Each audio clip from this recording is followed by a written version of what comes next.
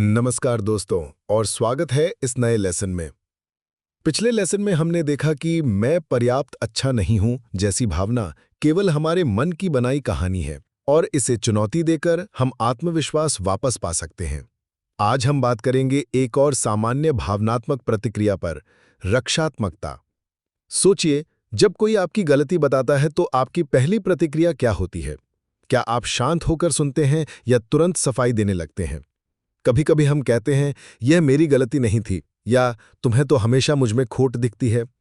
यह वही है जिसे हम रक्षात्मक होना कहते हैं। थीबोट म्यूरेसे मास्टर योर इमोशंस में लिखते हैं कि रक्षात्मकता हमारे अहम की ढाल है। जब भी हमारी छवि पर चोट लगती है, हमारा अहम हमें तुरंत बचाने की कोशिश करता है। यह ठीक वैसा ही है जैसे शरीर किसी चोट से बचने के लिए सिकुड़ जाता है। लेकिन समस्या यह है कि जब हम रक्षात्मक हो जाते हैं तो हम सीखने और बदलने का अवसर खो देते हैं। मान लीजिए आपका सहकर्मी कहता है, तुम्हारी रिपोर्ट में सुधार की जरूरत है।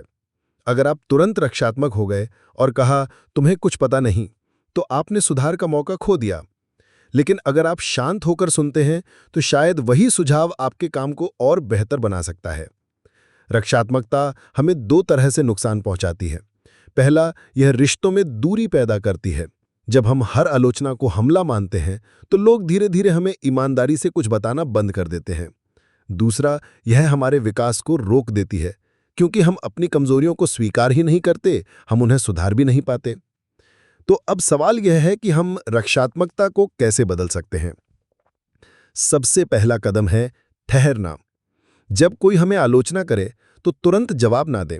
2-3 गहरी सांस लें और खुद से पूछें, क्या इसमें कुछ सच्चाई हो सकती है? दूसरा कदम है भावना को पहचानना। खुद से कहें, अभी मुझे चोट लगी है, इसलिए मेरा अहम मुझे बचाना चाहता है।